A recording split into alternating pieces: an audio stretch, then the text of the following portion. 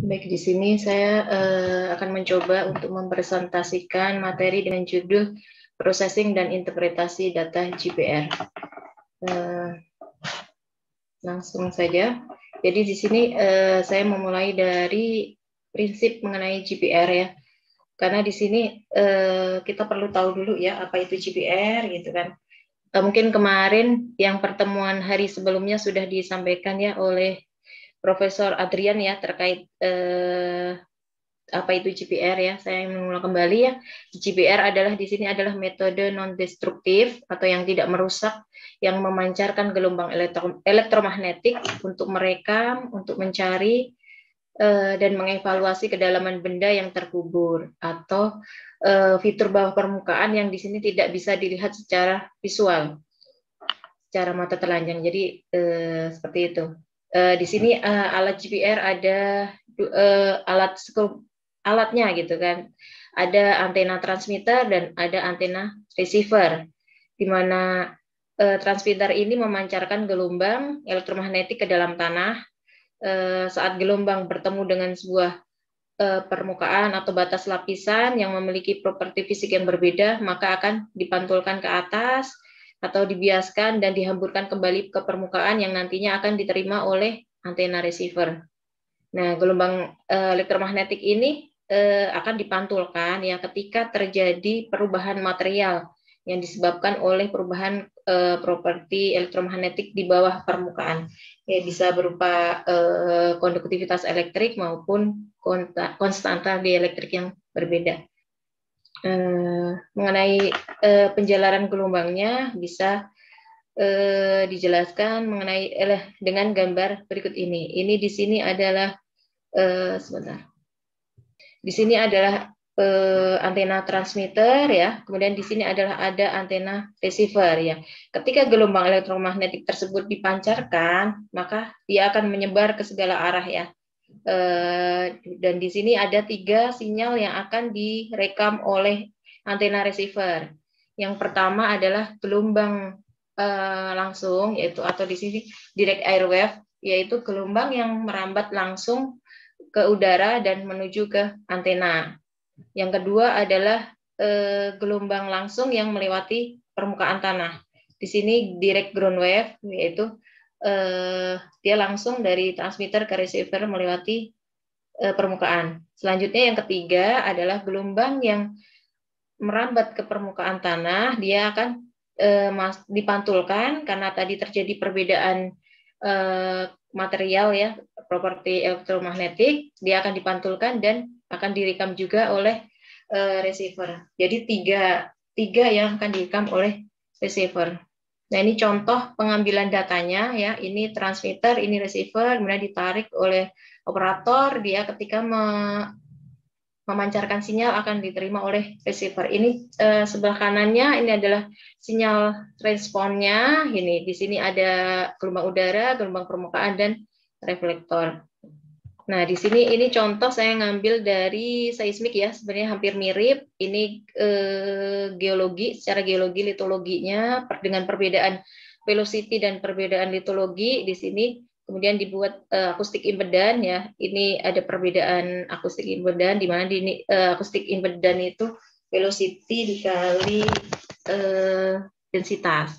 Di sini kemudian didapatkan koefisien refleksi. Hal ini sama ya, koefisien refleksi sama dengan di GPR.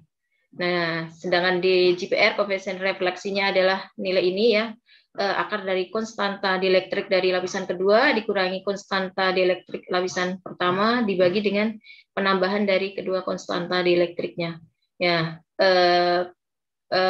koefisien refleksi ini kemudian dikonvolusikan dengan wavelet, suatu wavelet sehingga didapatkan sebuah di sini sinyal seperti itu ya. Ini untuk di seismik namanya seismic trace, untuk di GPR namanya radargram, seperti mirip ya. Ini ke bawah sumbu Y adalah waktu, kalau sumbu X biasanya adalah posisi ya. Selanjutnya ini teknik pengambilan data GPR. Di sini ada 3 ya. Yang pertama profiling, CMP, kemudian illuminating. Di sini yang pertama kita bahas mengenai profiling dulu. Di sini pengambilan data georadar, di mana jarak antara transmitter dan receiver itu tetap tidak berpindah, tidak berubah ya selama pengambilan data. Jadi alat ini biasanya dipasang secara sudah tetap, tinggal nanti ditarik secara bersamaan. Nah, seperti ini. Tujuan dari pengambilan data ini untuk menampilkan profil bawah permukaan secara menerus pada sebuah lintasan.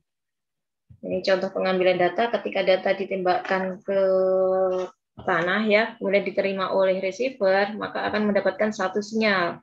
Kemudian bergeser terus akan mendapatkan satu sinyal dan seperti ini terus. Jadi dapatkan seperti itu.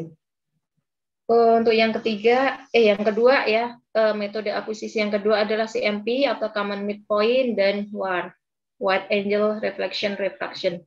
Jadi di sini ini adalah teknik pengambilan data di mana jarak antara antena transmitter dan receiver itu bertambah gitu kan. Semakin dari pertama tidak ada jarak, kemudian selanjutnya ada jarak. Jadi transmitter dan receiver itu bertambahnya sama. Nah, yang membedakan ya untuk WAR ini antenanya satu antena saja yang bergerak. Jadi jadi antena transmitternya tetap, antena receivernya yang bergerak seperti itu. Untuk yang CMP ya kedua antena sama-sama bergerak. Ini gambarnya simulasi ya. Jadi ini adalah transmitter, ini receiver, kemudian dua-duanya saling bergerak ke kanan dan ke kiri dengan jarak yang sama. Ini contoh ray tracing-nya. Jadi yang biru ini adalah transmitter, kemudian ini adalah receiver. Jadi skala pertama nembak di sini mendapatkan sinyal yang pertama ya. Dengan ini terdapat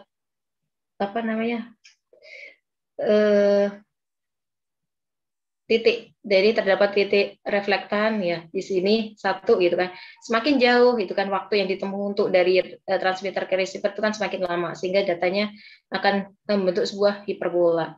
Data ini untuk data CMP ini dalam pengolahannya dipakai untuk mendapatkan kecepatan dari masing-masing lapisan bawah permukaan.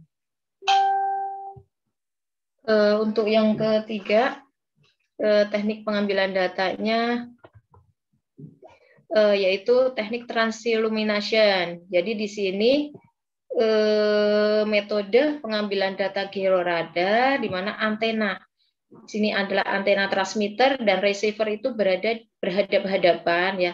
Tapi di sini ada suatu benda yang menjadi target ya, target utamanya. Jadi tujuannya untuk mendapatkan citra georadar dari suatu kolom. Jadi misalnya posisi tulangan itu berada di mana. Bisa juga untuk jembatan. Nah ini untuk proses akuisisi data yang kami pakai gitu. Ini menggunakan data profiling, menggunakan Ultra GPR pada lahan gambut. Ini adalah kemudian selanjutnya selain data GPR juga didapatkan data pengeboran ya, data coring untuk mendapatkan lapisan di mana batas antara lapisan gambut dan lapisan mineral di bawahnya. Untuk kemudian dilakukan processing data, kemudian penentuan kecepatan dari lahan gambut dan penentuan kedalaman dari gambut itu sendiri. Nah, itu cerita mengenai Ultra GPR yang kami pakai di sini bentuk. Jadi sangat simpel ya. Jadi ada backpack yang menyimpan ini konsol dan untuk menyimpan GPS juga. Kemudian ada transmitter dan receiver yang bentuknya seperti ini ya. Dia dihubungkan dengan tali aja, sangat simpel. Jadi ini menggunakan teknologi nirkabel ya, baik Bluetooth maupun Wi-Fi. Kemudian untuk mengecek datanya langsung menggunakan tablet Android atau HP Android yang tahan air ya, tahan baterai HP yang untuk di lapangan. Sehingga di sini dengan alat seperti ini memungkinkan untuk survei yang di medan berat. Jadi sangat simpel sekali ya dalam akuisisinya itu alat dihidupkan, jadi operator tinggal jalan dengan membawa ransel ya. Nanti ketika transmitter dan receiver nanti akan langsung sambil jalan seperti itu. Nah, masuk ke data processing di sini, apa sih yang dimaksud sebagai pengolahan data itu? Jadi data processing di sini adalah proses untuk mengolah data mentah yang dihasilkan dari lapangan ya, kemudian menjadi data yang mampu untuk diinterpretasikan sesuai dengan kondisi yang real. Nah, di sini tujuannya adalah menghasilkan data dengan sinyal to noise ratio itu yang tinggi. Kemudian diharapkan ya hasilnya itu mendekati data kondisi real di lapangan. Nah, ini software yang kami pakai yaitu software Reflectway ya, di mana di sini ini adalah software berbayar dari Sandmeyer. Software ini dipakai untuk processing data 2D dan untuk interpretasi juga. Di sini karena under Windows, jadi cukup mudah ya untuk memakai. Ini tampilan awalnya seperti ini. Ya, pertama kita masuk ke dalam project ya. Kemudian muncul window project directory. Kita bisa memilih di mana directory yang mau kita pakai untuk melakukan pengolahan data. Kemudian ya pencet tombol confirm project. Selanjutnya kita masuk ke sini lagi dan kita untuk melakukan pengolahan data 2 dimensi, maka kita memilih pada tampilan 2D data analysis. Nah, nanti akan muncul Windows seperti ini ya, di mana di sini terdapat tombol-tombol, ada file, global plot view, processing, analysis. Nah, di sini adalah tombol-tombol yang dipakai untuk melakukan pemrosesan data dan proses view dan lain sebagainya. Ini di bawah ini ada kotak ya, kotak yang di sini untuk menampilkan input data sebelum dilakukan processing. Kemudian di sebelah kanannya adalah tampilan untuk output datanya. Jadi bisa langsung dengan membandingkan input data dan output datanya secara langsung. Selanjutnya ini flowchart pengolahan datanya. Jadi di sini ini yang kami pakai untuk pengolahan data profiling. Karena untuk data CMP atau WAR itu flowchart-nya berbeda. Jadi di sini kita mulai dari input data, kemudian dilakukan proses dewo, proses gain, kemudian selanjutnya filter baik bandpass maupun filter FK, kemudian running average.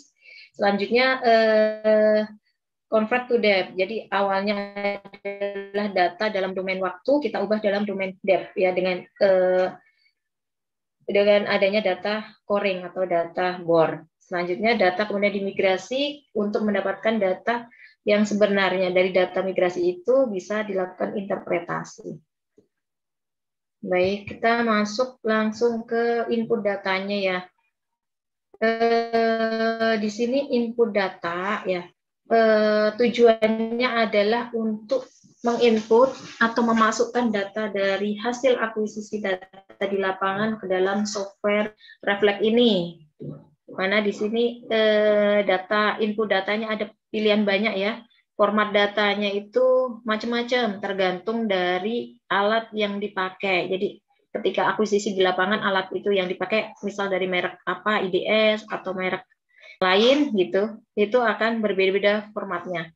Jadi di sini input ya karena tadi alat yang dipakai adalah Ultra GPR, kita inputnya output dari alat tersebut dalam bentuk sequai. Nah, format ini biasanya dipakai untuk data seismik ya, tapi karena memang hampir mirip, jadi tidak masalah menggunakan data sequai. Nah, kemudian di sini contoh data yang kita pakai adalah lintasan SP15 ya pada lahan gambut. Kemudian didapatkan juga data coring yaitu TB04 itu pada lintasan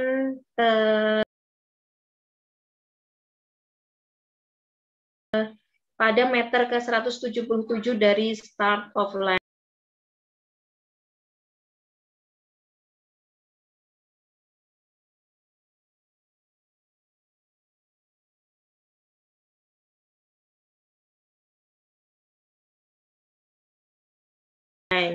Jadi berada di tengah-tengah lintasan ya.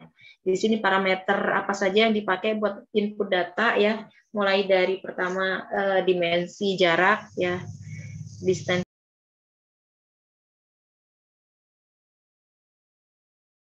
dimension, jadi dimensi jaraknya mau dipakai meter atau sentimeter gitu kan, tergantung panjang lintasan yang dipakai. Ketika lintasannya sangat panjang bisa dalam order ya kilometer seperti itu. Kemudian tipe datanya tadi di sini tipe data constant offset yang dipakai itu yang artinya adalah jarak antara transmitter dan receiver sama, atau di sini metode profiling. Kalau untuk data CMP ya di sini tipe datanya bisa memilih ya ada penambahan offset. Kemudian selanjutnya kemudian format input formatnya ya tadi sudah sequai. Tergantung tadi di sini tergantung data input yang formatnya. Selanjutnya file name, jadi kita harus tentu saja gitu kan. Nama tiap data itu kan punya nama yang unik, jadi kita bisa memasukkan secara manual maupun otomatis dari inputan data. Kemudian dimensi waktu yang dipakai ya dimensi milisecond atau nanosecond tergantung target data gitu. Selanjutnya, kemudian koordinat. Koordinat tadi kan sudah terekam ketika pengakuisisi data. Maka ketika input data, di sini kita tinggal menarik ya, menggunakan folder yang ada di Sequoia, itu kan ada di file header-nya. Seperti itu, kemudian langsung bisa convert to reflect. Jadi ketika itu data masuk gitu kan. Ini contoh datanya. Ya. Ini contoh data yang sudah masuk atau raw data dari inputan tadi. Ya, posisi data. Jadi ini berada di sebelah kiri ya. Ini data yang nanti akan mau kita olah. Dimana di sini datanya ya lumayan masih cukup mentah ya. Ya bagaimana posisi koordinatnya gitu kan, geometrinya gimana, ini panjang trace-nya jumlahnya berapa, kemudian kedalamannya berapa ya, dengan melihat informasi mengenai geometri tersebut. Ini contoh mengenai data koordinat ya, data koordinat dari data yang tadi, di mana di sini ada trace-nya nomor berapa saja, kemudian posisi koordinat transmitter yaitu koordinat X, Y, dan Z, jadi Z-nya kedalaman dalam domain time, bukan, ini dalam domain meter ya, kemudian ini adalah posisi transmitter, jadi posisi ketinggian dari mean sea level. Untuk rek ini adalah receiver, sama ya posisi koordinat X, Y, dan Z. Kemudian di sini ada jarak antar trace. Dari sini kita bisa mengeluarkan kembali gitu kan, ekspor dalam bentuk ASCII atau mengeluarkan dalam TXT, kemudian kita bisa ngeplot dalam peta. Jadi bisa diplot ya posisi lintasan yang sudah kita tadi akuisisi gitu.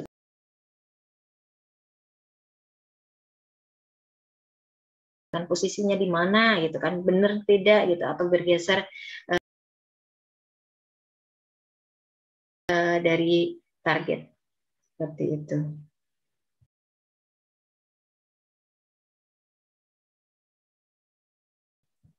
Masuk ke processing data, yang pertama ini adalah DEWO.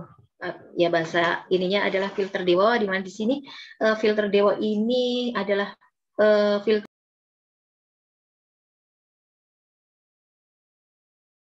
satu D, maksudnya hanya dikenai pada satu trace, jadi satu persatu, jadi hanya satu D ya. Kemudian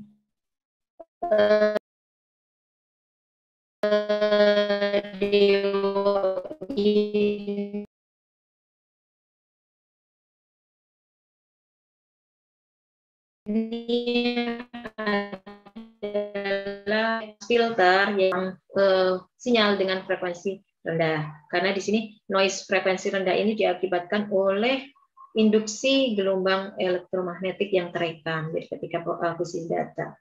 Jadi data yang kami pakai ini adalah antara 10 sampai 60. Jadi ini contohnya ya. Ini misalnya ini adalah raw datanya dalam domain time, jadi ke bawah time, kemudian ke kanan adalah jarak, kemudian dilakukan FFT, Fourier transform. Jadi diubah dalam domain frekuensi ya. Ini frekuensinya dari 0 sampai sekitar 100, nggak kelihatan mungkin kalau di yang sebelumnya. Kemudian dilakukan DEWO tadi, meloloskan frekuensi tinggi dan membuang frekuensi rendah. Nah, seperti ini ya proses pemotongan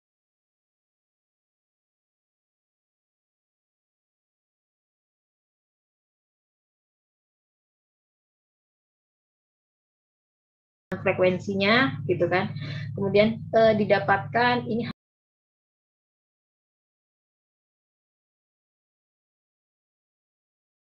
hasil setelah dipotong ya, frekuensi rendah sudah hilang seperti ini.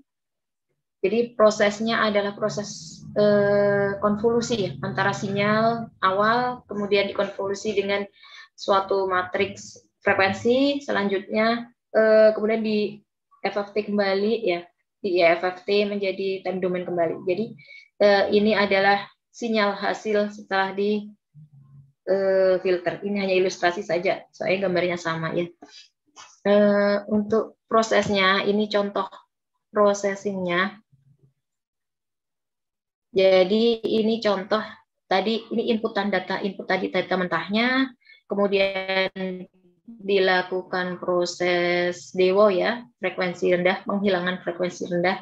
Jadi ini adalah sinyal yang sudah dihilangkan frekuensi rendahnya. Jadi lumayan cukup hilang frekuensi rendah, sudah agak kelihatan. Selanjutnya proses adalah proses move start time. Jadi di sini adalah koreksi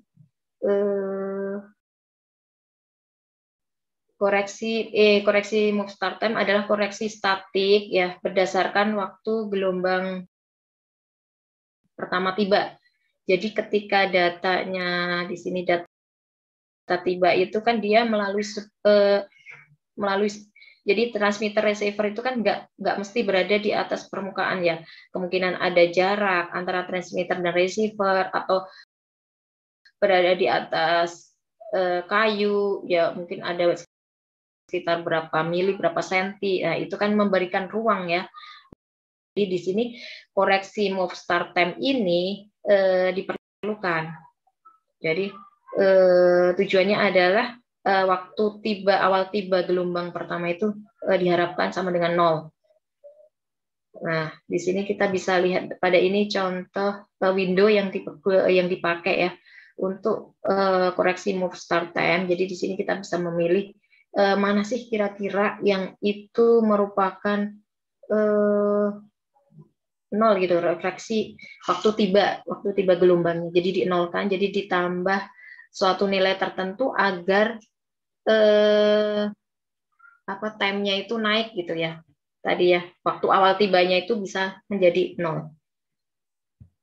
Nah, ini contohnya mungkin di sini begitu jelas ya, tapi di sini ada perbedaan. Jadi ada perbedaan sekitar berapa milisecond karena sudah dinaikkan atau telah dikoreksi dengan proses move start time.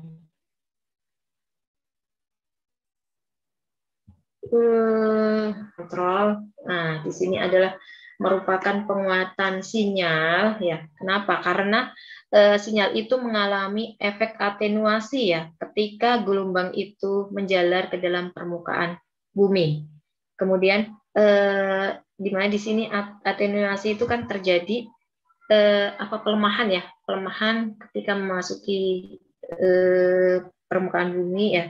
Di sini apa sih yang menyebabkan pelemahan itu ya? Di sini ada beberapa bahan yang memiliki konduktivitas tinggi, ya itu merupakan penyerap gelombang elektromagnetik. Sehingga ketika lapisan tersebut konduktif, maka sinyal yang akan diterima oleh transmitter itu jadi lebih mengecil gitu. Atau di sini biasanya frekuensi tinggi itu dapat diserap lebih cepat dibandingkan frekuensi rendah. Makanya kenapa untuk frekuensi tinggi itu hanya bisa mendapatkan kedalaman yang sangat rendah dibandingkan frekuensi rendah. Untuk frekuensi rendah bisa sampai kedalaman yang sangat dalam ya. Seperti itu. Ini contohnya, contoh bagaimana proses yang dilakukan pada gain gitu kan. Ini adalah sinyal awal. Yang pertama dia sinyalnya terekam sangat besar, kemudian mengalami pelemahan dari pengalaman. Bagaimana caranya dengan gain ini didapatkan sinyal yang kontinu antara awal sampai akhir perekaman. Nah, ini dikalikan dengan suatu fungsi tertentu ya, fungsi gain, kemudian didapatkan sinyal dengan cukup baik dari awal sampai akhir. Di sini ini window yang dipakai pada proses gain. Selanjutnya ini contoh yang telah dilakukan processing pada data untuk dilakukan proses gain. Ini data awalnya ya, di awal itu sangat tebal, kemudian melakukan terjadi peredaman. Nah, di sini fungsi gain sehingga didapatkan data dengan hasil yang sama ya, amplitudenya sama dari awal sampai akhir. Seperti itu. Walaupun di sini mungkin agak tetap ya ringing. Proses selanjutnya adalah background removal. Di sini background removal ini digunakan untuk menghilangkan noise yang tidak beraturan. Nah, tapi di sini muncul konsisten dari awal sampai akhir. Ya, pada kedalaman yang sama ya, pada time yang sama terus dari awal sampai akhir. Jadi sehingga sinyal itu tertutup oleh noise. Jadi di sini biasanya background removal ini digunakan untuk menghilangkan noise yang terjadi saat pengambilan data, misalnya karena ada batang kayu atau ada induksi elektromagnetik yang itu secara terus-menerus gitu kan, atau ada objek lain yang mengganggu. Jadi di sini untuk background removal ini merupakan filter 2D ya, yang bisa dikenai dalam domain waktu maupun dalam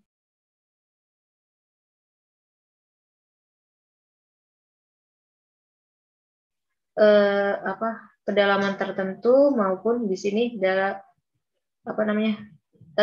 jarak seperti itu. Nah, ini contohnya ketika dilakukan background removal. Jadi sinyal yang flat ya, sama terus ada terus dari awal sampai akhir, di sini akan dihilangkan. Nah, di sini untuk menerapkan background removal ini perlu kehati-hatian gitu kan. Kenapa gitu kan? Karena bisa jadi lapisan target yang berada di bawah permukaan itu lapisannya datar atau flat, bisa jadi justru kehapus gitu kan. Seperti ini gitu kan. Justru menjadi tidak jelas gitu. Makanya butuh kehati-hatian. Ya. Selanjutnya adalah filter bandpass ya. Di mana di sini frekuensi bandpass itu adalah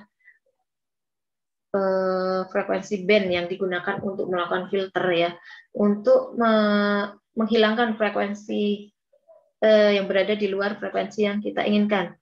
Jadi meloloskan frekuensi band dan menghilangkan frekuensi di luar itu. Biasanya di sini ada 4 frekuensi yang digunakan.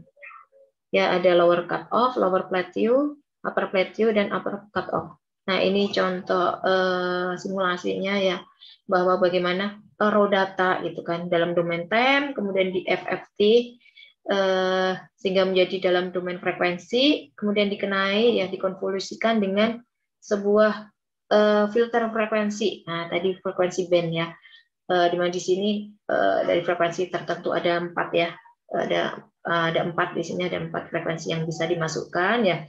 Nanti frekuensi yang ada di band ini atau yang di tengah itu yang akan diloloskan, kemudian frekuensi yang ada di bawah maupun di atas itu yang akan dibuang. Nah, ini contoh hasil dari filter bandpass, ya, frekuensi bawah dan di atasnya sudah dihilangkan, ada perbedaan. Kemudian setelah itu kemudian di inverse FFT lagi sehingga didapatkan dalam kondisi time domain kembali. Nah, ini contoh data yang sudah dilakukan proses bandpass filter, di mana di sini datanya masih banyak frekuensinya ya, kemudian ringingnya sudah cukup berkurang banyak. Nah, seperti ini. Jadi lumayan dengan bandpass filter bisa ya, cukup signifikan ya perubahannya. Itu FK filter. Di sini FK filter, F yaitu frekuensi, K bilangan gelombang. Jadi filter frekuensi bilangan gelombang. Jadi di sini filter FK ini ya, dia mengubah tadi data atau sinyal dalam domain time itu diubah dalam domain frekuensi dan bilangan gelombang. Jadi datanya ini contoh data yang sudah di FK. Ini adalah ya rumusnya yang dengan integral ya, yang bisa dilakukan oleh komputer. Ini ketika sinyal itu di FK ya, di FK kan itu bentuknya seperti ini. Jadi di sini tujuannya adalah untuk menghilangkan noise koheren ya, berupa ground roll atau gelombang langsung dan gelombang bias ya. Biasanya kelihatan gitu kan. Di sini kan bisa kelihatan secara jelas gitu kan perbedaan antara sinyal dengan noise. Jadi kalau dari secara teorinya seperti ini ya, sinyal dan noise. Nah, dalam fakta di lapangannya seperti ini hasilnya gitu kan. Ini bilangan gelombang untuk noise-nya, kemudian sinyalnya berada di tengah. Nah, di sini. Nah, ketika kita terapkan dalam data gitu kan. Nah, seperti ini gitu. Ini adalah raw datanya yang hasil dari yang sebelumnya ya. Ini masih terdapat data yang apa silang-silang seperti ini gitu kan. Ketika tadi diubah dalam domain FK, frekuensi bilangan gelombang dengan FFT tadi kelihatan ya, kelihatan dengan jelas mana sinyal dan mana ini yang noise. Jadi kita tinggal potong saja gitu kan. Kita memilih sinyal yang diloloskan itu yang berada di bilangan gelombang yang kecil. Nih hasilnya ya cukup signifikan menghilangkan ground roll ya. Jadi ini terlihat lebih jelas gitu. Baik, ini saya untuk jadi cukup jelas sekali gitu kan antara sinyal dan noise-nya sudah hilang. Running average ya di sini. Di mana di sini running average ini fungsinya adalah untuk merata-ratakan trace secara horizontal agar tampilan radargram itu lebih jelas. Ya, di sini jadi trace caranya adalah menjumlahkan 4 trace. Ini saya menggunakan running average 4. Itu artinya adalah 4 trace itu dijumlahkan, kemudian dirata-ratakan. Seperti itu, kemudian bergeser ke trace-trace setelahnya. Jadi ini perbedaan sebelum di running average dengan trace 4 dan setelahnya. Jadi bisa ya di sini agak berkurang sedikit gitu dibandingkan dengan di sini. Perbedaannya seperti itu. Jadi cukup hati-hati juga gitu ketika running average itu jangan terlalu banyak nilainya gitu kan. Artinya yang dirata-ratakan dari trace itu jangan terlalu banyak karena akan menghilangkan nanti datanya justru menjadi lebih smooth ya, nggak kelihatan, mungkin lebih nggak sesuai dengan target aslinya. Ini selanjutnya adalah korelasi ya, korelasi dengan data coring. Ya, ketika kita sudah menganggap bahwa data ini kita menganggap bahwa data ini sudah cukup signifikan, sudah cukup hilang noise-nya, maka kita lakukan korelasi dengan data data bore, di mana di sini data coring atau data bore ini kan benar-benar menunjukkan situasi kondisi bagaimana di lapangan gitu kan. Nah, kalau dari data bore kita mengetahui bagaimana kedalamannya, berapa kedalaman sebenarnya dari data gambut tersebut gitu. Kalau dari data sini kan didapatkan bahwa kedalaman gambut itu pada jarak 177 meter dari start of line itu kedalamannya adalah 5,02 meter ya. Ini maaf salah. Ini 5,5 meter ya, 5,02 meter kedalaman dari gambutnya. Kemudian kita lakukan proses trial and error untuk memasukkan nilai velocity berapa sih yang pas gitu kan, untuk didapatkan dari data seismik dari data radar gambut tersebut didapat untuk mendapatkan kedalaman tertentu, kedalaman yang diinginkan. Nah, dengan rumus V sama S per 2T ini didapatkan velocity dari gambut itu 0,0359 meter. Nah, jadi seperti ini. Ini adalah raw data yang kita anggap sebagai tadi yang sudah fix, sudah cukup lumayan bagus. Kita masukkan trial and error, ya, memasukkan nilai velocity berapa sih gitu kan. Nilai velocity berapa sih yang pas agar didapatkan di sini pada meter ke 177 ya, pada kira-kira yang gambutnya itu kira-kira di mana sih gitu ya. Kalau kita bisa lihat perbedaan yang cukup signifikan ya, ini peak tinggi ya, ada peak ya lebih tebal, itu dianggap ini adalah sebagai gambut, maka ini dicari gitu kan, pada layer ini itu dicari bahwa ini adalah gambut, dicari velocity-nya berapa sih agar didapatkan di sini depth-nya itu 5,02 meter. Jadi seperti itu. Nah, didapatkan seperti ini tadi velocity-nya 0,0359. Nah, seperti ini ya.